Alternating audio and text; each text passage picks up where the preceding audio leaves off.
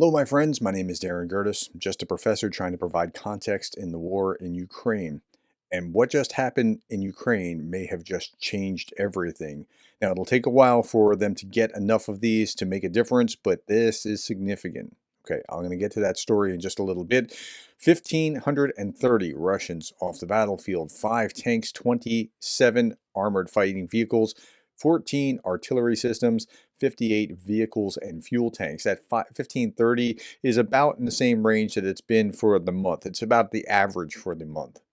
Okay, shot down 0 out of 2 Iskander ballistic missiles. They have a terrible time with the Iskanders. 0 out of 1 cruise missile. Usually they can tag a cruise missile. 45 out of 85 Shaheds were shot down. Another 40 were suppressed by electronic warfare. So pretty much none of the drones got through. This is Andrew Perpetua's list. We haven't shown it in about a week. He's been behind. And it's about 2.5, maybe, to 1 Russian 2 tanks or vehicles or whatever destroyed as opposed to each one of Ukraine's. And so that's a healthy ratio. Okay, Andrew Perpetua also said this: I believe statements that Ukraine and Russia take equal casualties and the claim that Russia takes vastly more casualties are both true, but come from different places with different meanings. So, what does that mean exactly? First, I believe it's true that Ukraine takes equal casualties to Russia when it attacks and when it defends. Like, Ukrainians don't have a superpower here, but there's an issue here. Now, there's a reason why there's a disparity. Second, the attacker takes vastly more casualties than the defender. Third, Russia is the one attacking the vast majority of the time. So that makes sense of that. A little bit more about this. So if you do an analysis of how many men it would take to capture X amount of land, I think both Russia and Ukraine would need roughly the same amount and suffer the same casualties, all else being equal.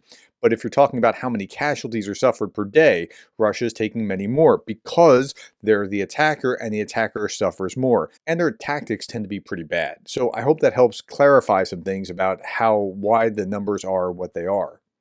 Okay, let's go back a couple days. On December 14th, Ukraine struck Steel Horse Oil Depot near Oryol, Russia, and you can see visually that this is what it looked like before and this is what it looks like after. So there is some satellite imagery to show that there was damage there. Now, last night, partisans penetrated the territory of one of Russia's military units in Novosibirsk and set fire to several military fuel trucks. So their fuel trucks are not supposed to look like that with a big glow. Okay, Ukrainian forces reportedly struck a chemical plant in Rostov Oblast on December 18th. Drones struck the last operational oil refinery in Russia's Rostov Oblast. Isn't that interesting? So they're going to have to spread their net a little wider, and that's fine. They have the drones with the ability to do that. The facility was targeted in June, but it has been repaired since then. And this is some imagery of the repair tanks coming in after it was struck previously. So it's now out of commission once again. Let's turn our attention to what was going on with the North Koreans in Kursk.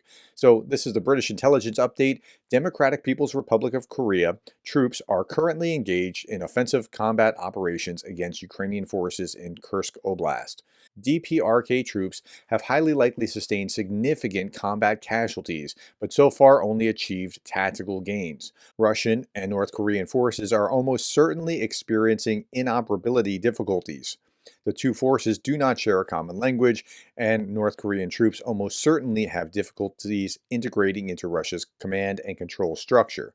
Russia and North Korea have deepened their bilateral partnership with Comprehensive Strategic Partnership Treaty, which includes a mutual defense clause taking effect from 4 December 2024.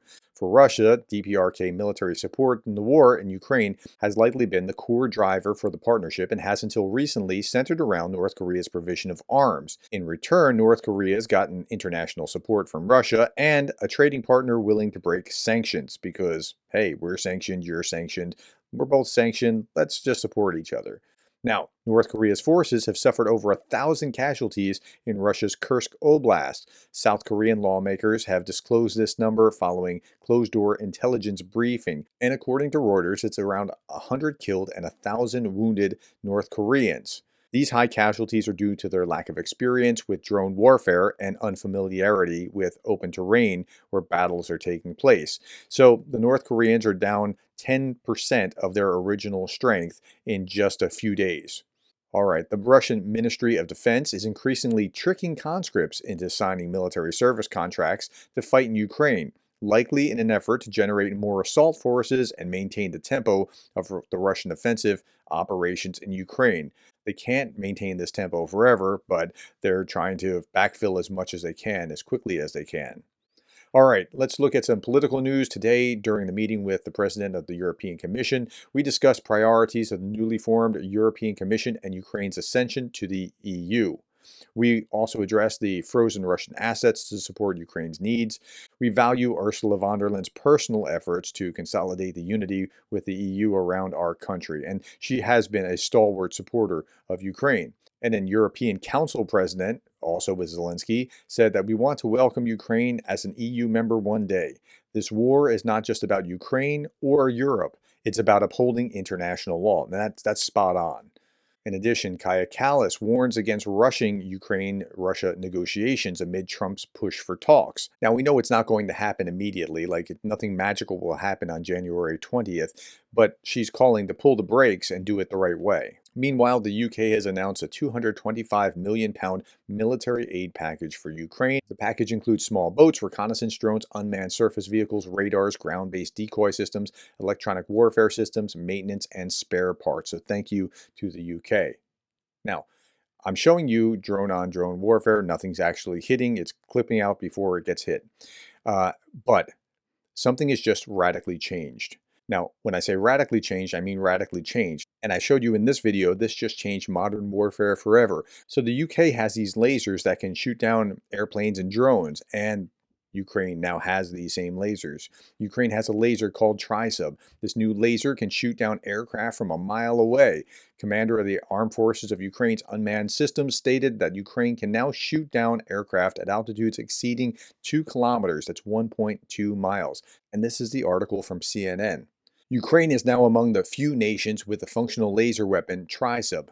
It means trident, like the Tryzub symbol in Ukraine.